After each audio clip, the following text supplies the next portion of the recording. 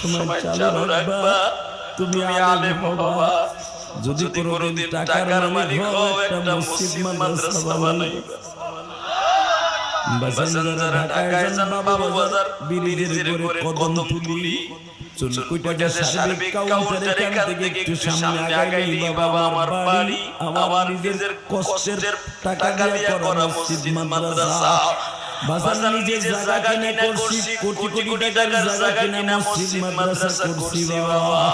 কেন করছি জানেননি? আমি এইটা বোঝাবার জন্য এই টাকাটার পরিচয়টা তুলে ধরছি। আমার মা ওই খেওয়া নৌকায় উঠাই দেওয়ার সময় বলে গেছিল, ইলিয়াস রে কোনদিন মাদ্রাসা ছাইরা বাড়িতে চলে আসবি না। কিন্তু বাবা যদি আমি মারা যাই তোর বাবা আমার বিবাহ করবে, তার মা বলবে